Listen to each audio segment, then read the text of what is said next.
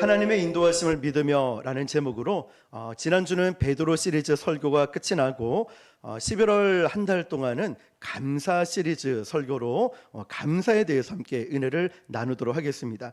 특별히 오늘 말씀 제목처럼 하나님의 인도하심을 믿는다면, 우리가 확신한다면 우리의 입술에서 우리의 고백은 하나님 감사합니다 라는 고백이 나올 줄 믿습니다.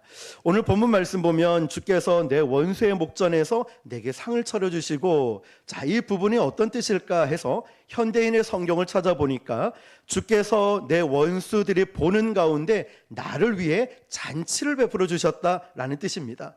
이러니까 조금 더 이해가 잘 되는 것 같습니다. 우리 인생에서 원수를 만나는 게 좋습니까? 안 만나는 게 좋습니까? 그렇죠. 안 만나는 게 좋죠. 당연하죠. 예. 그런데 왜 하나님은 우리를 이렇게 원수의 목전에서 상을, 잔치를 베풀어 주실까요? 원수를 만나지 않으면 우리는 감사를 모르기 때문에 그래요. 원수를 만나지 않게 하신 하나님께 감사도 잊어버리고, 이런 원수 같은 사람, 또 위험한 일, 여러 가지 일을 겪어봐야 내가 정말 감사한 일이 많구나, 내가 정말 복을 받았구나, 하나님이 나를 지켜주시는구나 하면서 하나님께 감사를 하게 됩니다. 고난이 우리에게 유익이라고 말을 하죠.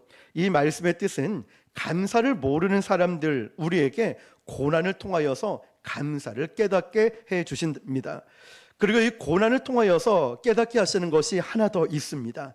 고난을 통과해서 승리했기 때문이 아니라 원수의 목전에서 잔치를 베풀어 주시는 하나님이 내가 고난에 있을 때, 어려움이 있을 때, 어떤 질병 가운데 있을 때도 나를 지켜주시고 인도해 주심을 우리가 확신하고 경험을 하기 때문에 바로 그 고난을 통해서 감사를 고백하게 됩니다. 저는 추수감사주일을 앞두고 특별히 우리가 잃어버린 감사를 회복하였으면 좋겠습니다. 분주할 수도 있고, 어려운 일이 있을 수도 있고, 또 마음의 상처와 아픔이 있고, 여러 가지 일들이 있어요. 그러한 일들 때문에 나도 모르게 언제부턴가 입술에서 감사가 없어지고 불평과 원망이, 또 부정적인 말들을 많이 하고 있는지 모릅니다. 그래서 오늘 이 시간을 통하여서 저와 여러분의 삶에 감사가 회복되기를 축복합니다. 어떤 국어 선생님이 수업 시간에 들어와서 아이들에게 칠판에다가 글씨를, 숫자를 이렇게 썼습니다. 자, 이게 뭘까요? 이게 8이죠. 아이들에게 물어봤어요. 얘들아, 이게 무슨 자니? 네, 선생님 8자입니다. 선생님이 다시 지우고 씁니다. 이 8자를 이렇게 썼어요. 엉망으로 쓰니까 얘들아, 이게 뭐니? 라고 물어보니까 선생님 8자가 나쁩니다. 그래요. 그랬더니 선생님이 또 지우고 8자를 이제는 휙 늘어서 이게 써버렸어요. 애들이 뭐라 할까요? 선생님 8자가 늘어졌네요, 얘기를 합니다. 그러고 나서 선생님이 8자를 정자로 잘 써 내려갔어요. 그랬더니 애들이 그럽니다. 선생님, 이제야 8자가 좋네요, 말합니다. 빙그레 웃으면서 선생님은 아이들에게 얘들아, 인생의 8자는 이렇게 내가 만드는 거야 라고 이야기를 했죠. 그런데 여러분, 우리는 운명론적인 8자를 이야기하는 사람이 아닙니다. 나의 삶을 인도해 가시는 하나님을 믿고 확신하고 고백하기 때문에 나의 인생은 8자에 따라 바뀌는 것이 아니라 하나님의 인도하심 따라 바뀌고 변화될 줄 믿습니다. 이것이 예수 믿는 사람의 특권입니다. 오늘 여러분의 인생 가운데 이렇게 고백할 수 있습니까? 저는 지금까지 하나님의 인도하심 가운데 있습니다 라고 확신을 가지고 고백할 수 있습니까? 오늘 지금 여러분은 내가 여기까지 온 것, 내가 이 예배의 자리에 온 것, 내가 어린아이부터 지금까지 살아온 모든 것 하나님의 은혜이고 하나님의 인도하심입니다라고 여러분 고백할 수 있습니까?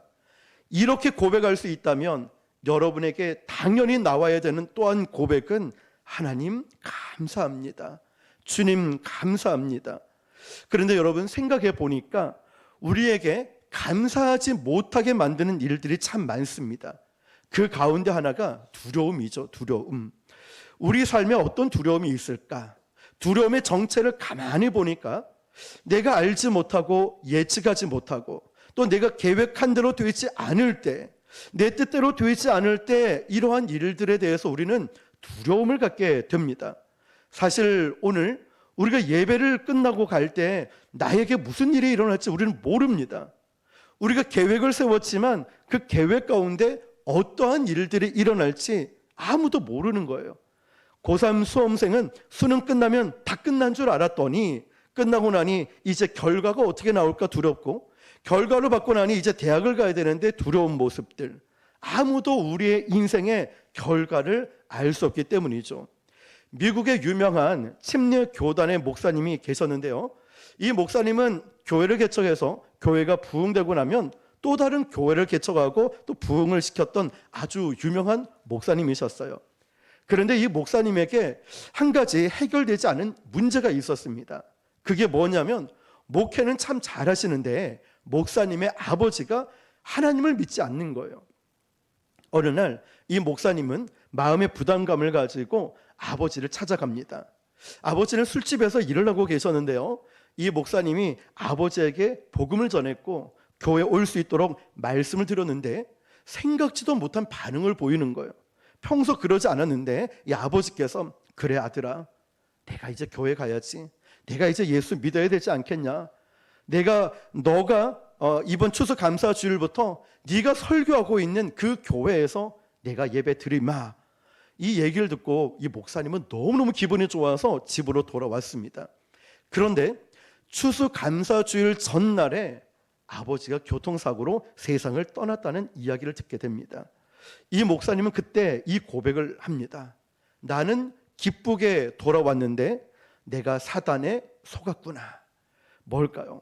다음에 우리는 우리에게 어떤 일들이 일어날지 아무도 모른다는 것이죠. 그때 복음을 전하고 구원의 확신을 가지고 있었어야 되는데 오겠다라는 말 믿었던 거죠. 우리보다 먼저 산 사람들을 우리는 선생이라고 하죠. 먼저 선 날생, 선생님 이렇게 부릅니다. 우리보다 먼저 살아온 사람들은 우리에게 조언을 해줄 수 있지만, 그러나 우리 인생의 미래에 대해서 확실하게 이야기해 줄 수 있는 사람은 아무도 없어요. 우리 모두가 안고 있는 문제들이죠. 옛날에 빌리 그레함 목사님이 집회를 인도하러 갔는데, 가보니까 차를 운전해서 쭉 가는데 그 당시에는 내비게이션이 없었습니다. 운전을 하고 가다가 분명히 교회는 보이는데 어디로 가야 될지를, 이 길을 잘 모르겠는 거예요. 마침 놀고 있는 동네 아이들에게, 얘야 저기 보이는 저 교회를 가려고 하면 어떻게 가야 되니? 라고 물어보니까 한 아이가 친절하게 이렇게 해서 가시면 교회가 나옵니다. 그랬더니 빌리 그레함 목사님께서, 그래 참 고맙네, 얘야 오늘 네가 저 교회로 오면 내가 천국 가는 길을 알려줄게 라고 했더니 이 아이가 뭐라고 했냐면, 교회도 못 찾으면서 무슨 천국 가는 길을 가르쳐줘요 라고 이야기했다는 거예요. 여러분, 우리 인생의 문제가 뭘까요? 길을 모른다는 거죠. 어디로 가야 될지, 무엇을 해야 될지 모른다는 게 문제예요. 열심히는 살아요. 최선을 다해 살아가요. 거기에 대한 원하는 결과를 얻으면 얼마나 좋겠습니까? 그러나 나는 열심히 하고 봉사를 하고 최선을 다했는데 이런 내 생각과 다른 결과들을 얻는 경우도 있죠. 오늘날 보면 경제가 IMF 때도 어려웠지만, 코로나 때도 어려웠지만 지금은 코로나 때보다 더 어렵다 말합니다. 누가 예측이나 했겠습니까? 갑자기 직장을 잃게 될 줄 누가 알았겠습니까? 암이라는 게 요즘은 많이 걸린다 이야기하지만 어느 날 건강 검진하러 갔다가 덜컥 내가 암에 걸릴지, 누군가가 암에 걸릴지 누가 알았겠습니까? 내가 정말 믿고 있던 자식이 믿었는데 그렇게 나쁜 짓을 할지 우리는 모른다라는 것이죠. 모든 게 우리 인생의 위기입니다. 왜냐? 아무도 예측할 수 없기 때문이죠. 그런데 여러분, 오늘 본문에 보면 다윗이 이렇게 고백을 합니다. 내 평생에 선하심과 인자하심이 반드시 나를 따르리니 내가 여호와의 집에 영원히 살리로다. 반드시라는 뜻은 확실이라고 말할 수 있어요. 내 평생의 선하심과 인자하심이 확실하게 나를 따른다. 확실하게 확신을 갖고 있죠. 그런데 다윗의 인생을 보면 우리보다 더 불확실한 인생을 살고 있었어요. 계획대로 된 것이 없었어요. 수많은 위협들이 있었습니다. 그럼에도 불구하고 다윗은 확실하게 고백합니다. 여호와의 선하심과 인자하심이 반드시 확실하게 나를 따를 것이라고 고백하죠. 다윗이 그 불확실한 인생 가운데 어떻게 확신을 가지고 담대하게 고백할 수 있을까요? 어떤 청교도 신학자인 리처드 백스터라는 분이 계셔요. 이 사람이 이렇게 얘기합니다. 설교자에게 나도 죽어가는 사람으로서 저 죽어가는 사람들에게 이 설교가 마지막 설교다라는 심정으로 설교해야 된다. 그리고 오늘 이 자리에 청중 설교를 듣는 사람들 역시도 오늘 이 예배가 나의 마지막 예배이다라는 심정으로 예배를 드려야 한다라고 했어요. 어떻습니까, 여러분? 마지막이라는 심정. 우리 인생에 우리 자신을 알 수 있는 사람 한 사람도 없습니다. 그런데 우리는 우리 삶을 책임질 수가 없다는 것이죠. 우리들의 삶이 어떻게 될지 아무도 모르지만 한 가지 알아요. 하나님이 나를 인도하고 계신다는 것. 이 인도하심을 확신한다면 내 인생에 확신을 가지고 믿음으로 최선을 다해 살아갈 것입니다. 저는 이것이야말로 믿음을 가지고 하나님을 믿는 사람들의 특권이라고 믿습니다. 우리의 미래는 모릅니다. 두려움을 가지고 떨고 있는 것이 아니라 몰라도 우리는 나를 인도하시는 분이 누구신 줄 알기 때문에 그 고백 가운데 우리는 감사하며 살아갈 수 있다는 것이죠. 다윗의 이야기가 바로 감사의 이야기인데 어떤 감사냐면 지금까지 나를 인도하심에 대한 감사였습니다. 원수 앞에서 감사하는 것. 인생의 원수를 만날 때, 위기를 만날 때 이런 얘기하죠. 나 너무 힘들어서 밥맛이 없어. 입맛이 없어. 아무 먹고 싶은 마음이 안 들어. 왜 그럴까요? 마음이 고통스러운 거예요. 마음이 너무 괴로우니까 밥 생각도 안 나요. 살이 쭉쭉 빠져요. 어쩔 수 없이 밥을 조금 먹어도 영양분이 하나도 되지 않는 거예요. 먹어도 먹은 것 같지 않아요. 왜냐? 너무 고통스럽거든요. 괴롭거든요. 오늘 성경 표현에 보면 다윗이 원수의 목전에서 하나님이 현대인의 성경에 뭐라고 했죠? 잔치를 베풀어 주셨다는 거예요. 이걸 다른 말로 하면 맛있는 음식을 원수가 보는 앞에서 다윗에게 차려주셨다는 거예요. 이게 진짜 의미는 다윗에게 입맛을 회복시켜 주셨다. 다시 말하면 인생을 회복시켜 주셨다는 거예요. 그 원수, 그 고통 가운데 하나님의 인도하심을 믿는 자에게는 하나님이 이런 확신을 주셨다는 것입니다. 그렇다면 다윗에게 제일 힘들었던 시기가 언제였을까요? 그 중에 하나가 그가 사랑했던 아들 압살롬이 반란을 일으켰을 때예요. 생각해 보세요. 다윗, 아버지는 아들에게 쫓겨 도망가요. 아들은 어때요? 압살롬은 아버지를 죽이려고 쫓아가요. 이거 상상만 해도 제가 아들을 낳기 전에, 결혼하기 전에는 이게 공감이 잘 안 됐거든요. 그런데 오늘 중고등부 아이들과 예배를 드리면서 이 상황을, 애들이 두 명이 있잖아요. 예준이, 하준이. 이 아이들이 나를 죽이려고 쫓아온다면 어떤 생각 들까? 저는 그냥 맞고 죽을 것 같아요. 그냥 어떻게 아들을 때릴까? 그런데 아들 입장은 또 어떨까? 너무 생각도 하기 싫은 상황이죠. 다윗이 바로 그거예요. 다른 사람도 아니라 아들이 나를 죽인다는 이게 말이 되는 소리입니까?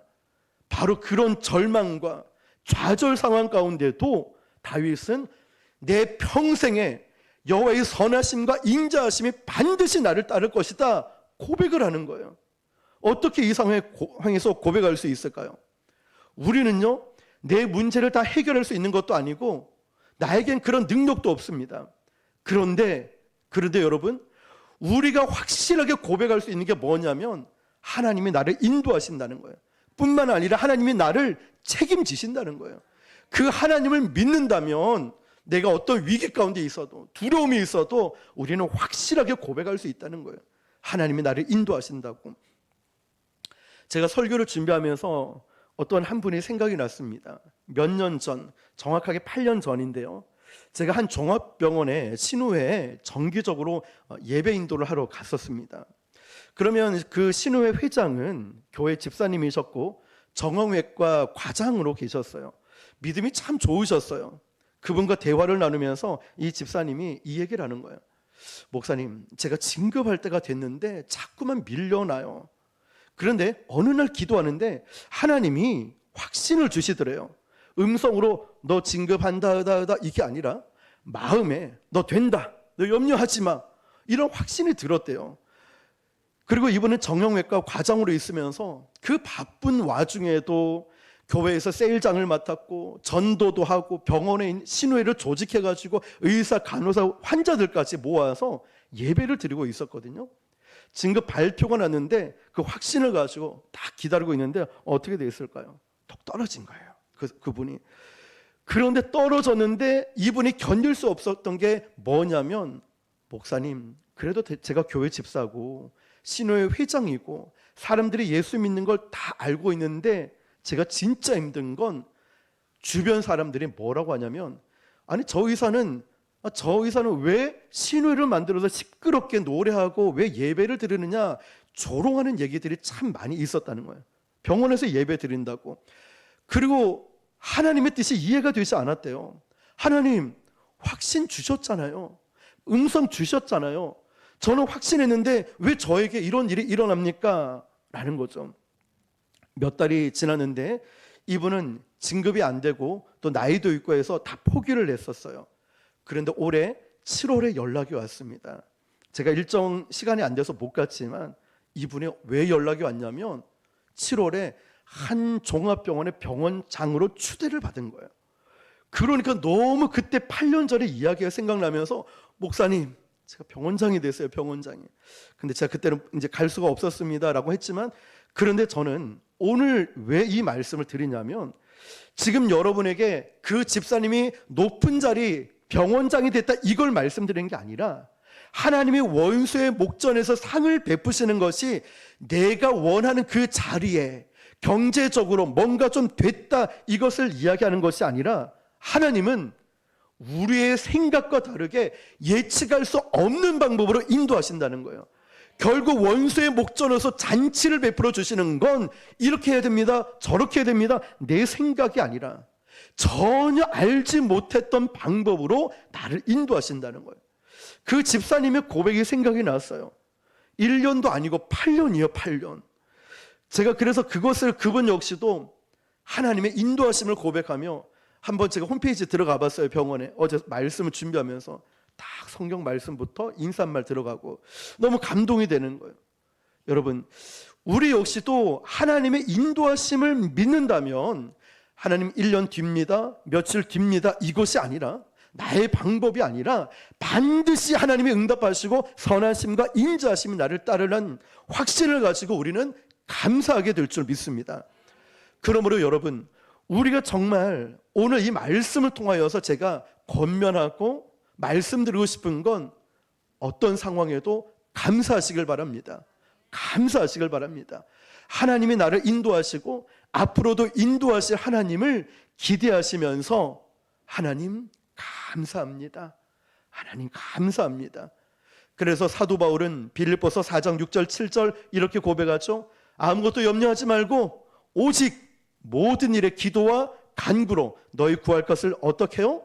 감사함으로 하나님께 아뢰라. 그러면 어떻게 됐죠? 모든 지각에 뛰어난 하나님의 평강이 그리스도 예수 안에서 너희 생각과 너희 마음을 어떻게 하시죠? 지키시리라. 할렐루야. 그렇습니다.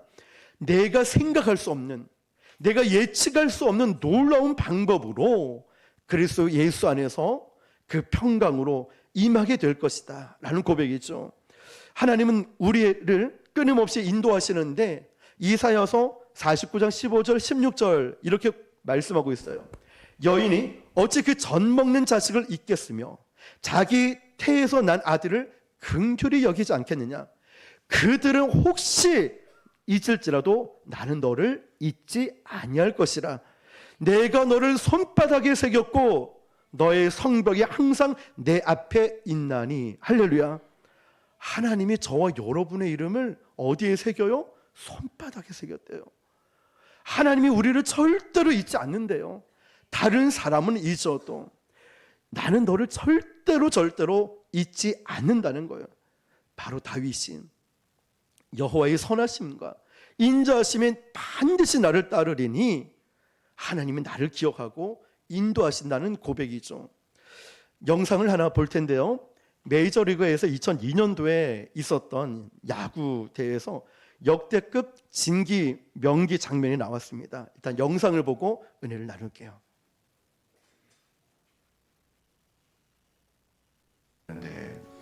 2002년도에 정말 메이저리그 역사상 역대급 진기 명기 장면이 하나 나옵니다. 포수였던 제레미 스캇 브라운이라는 사람입니다. 체중이 한 110kg가 넘게 나가는 고구입니다.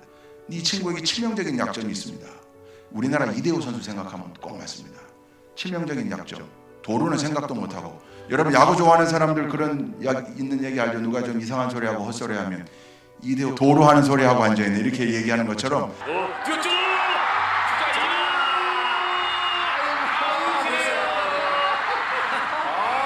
스타트 좋았고 헤딩도 좋았는데 문제는 제레미 스캇 브라운이 그런 사람이에요. 2루 3루를 갈 엄두를 안 냅니다. 그냥 1루만 갑니다. 어느 날 이 제레미 스캇 브라운이 타석에 들어서면서 한 번도 해보지 않은 시도를 하겠다고 마음먹습니다. 나도 한번 2루를 가보겠다. 그리고 딱 장타를 칩니다. 사람들이 다 놀라는 거죠. 팀에서도 제가 왜 저래 가다 넘어져요. 넘어지니까 어떻게 해야 합니까? 제일 가까운 1루로 빨리 돌아가야 합니다. 엉금엉금 기어서 손을 쫙 뻗었습니다. 심판을 쳐다보고 있는데 심판이 콜사인을 하지 않고 두 손에 무릎을 대고 제레미 스캇 브라운이 홈런 쳤습니다. 툴툴 털고 2루를 향해 뛰는데 그때부터 2루 베이스를 맡고 있는 2루수와 상대팀이죠 3루수가 계속해서 팔을 휘둘러줍니다. 홈런 친 사람이 왜 1루와 2루 베이스 사이에서 헤매고 있습니까? 그냥 달려야 되는데 홈까지. 이거 혹시 우리 모습 아닙니까? 하나님의 자녀로, 예수님의 제자로 이미 예수님이 그렇게 선포해 주셨고 우리 모두가 다 승리의 주인공이라고 말씀해 주셨는데 승리한 줄 알지도 못하고 깨닫지 못하고 1루와 2루 사이에서 헤매고 있는 모습, 이거 혹시 우리 모습 아닙니까? 이래서는 안 됩니다. 여호와 니시의 주인공입니다. 여호와 니시. 언제나 우리의 삶 속에서 거대하고 큰 프로젝트만이 아니라 우리 삶의 소소한 현장에서 언제나 우리는 여호와 니시의 주인공들입니다. 가장 중요한 우리의 정체성 가운데 하나입니다. 나는 승리했다.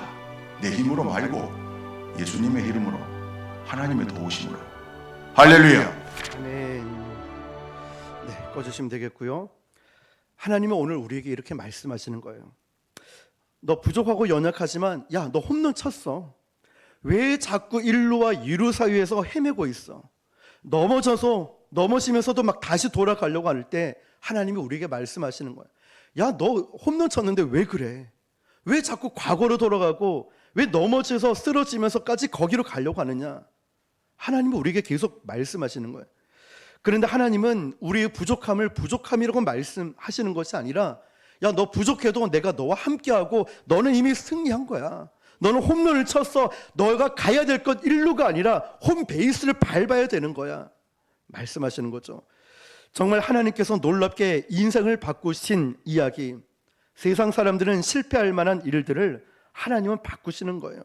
늘 하나님은 나의 실패와 부족한 연약함을 통하여 이루어 갖고 계셨습니다. 우리의 믿음의 선진들도 그랬어요. 우리 역시도 하나님의 인도하심을 받고 가고 있는 겁니다. 그런데 왜 자꾸 뒤를 돌아보고 엉금엉금 기어서 1루를 갖고 있느냐? 하나님이 우리에게 말씀하시는 거죠. 우리에게 가장 큰 특권이 뭘까요? 하나님이 우리를 인도하신다는 거예요. 인도하시는 손길이 나를 절대로 떠나지 않는다는 거예요. 원수 같은 위험한 상황이라 할지라도 우리에게 잔치를 베풀어 주시는 거예요. 그래서 우리는 그 인도하심 때문에 감사할 수 있는 것입니다. 요한복음 16장 33절에 보면 주님이 이렇게 말씀하시죠. 이것을 너희에게 이르는 것은 너희로 내 안에서 평안을 누리게 하려 함이라. 세상에서 너희가 환난을 당하나 담대하라. 내가 세상을 이기었노라. 아멘. 주님이 세상을 이기셨대요. 야, 너 홈런 쳤어. 넌 이미 이겨놓고 싸우는 그 길을 갖고 있는 거야. 걱정하지 마. 그러므로 사랑하는 성도 여러분, 이 마음을 절대 잊지 마십시오. 나는 이미 승리했다. 예수님이 십자가에서 승리하실 때 나는 이미 승리했다. 나의 모든 사역, 나의 모든 일 가운데 있을 때 우리가 해야 될 것은 하나님의 인도하심이 있다는 것 확실히 믿고 고백하면서 감사하며 살아갈 수 있는 저와 여러분 되시길 주님의 이름으로 축원합니다.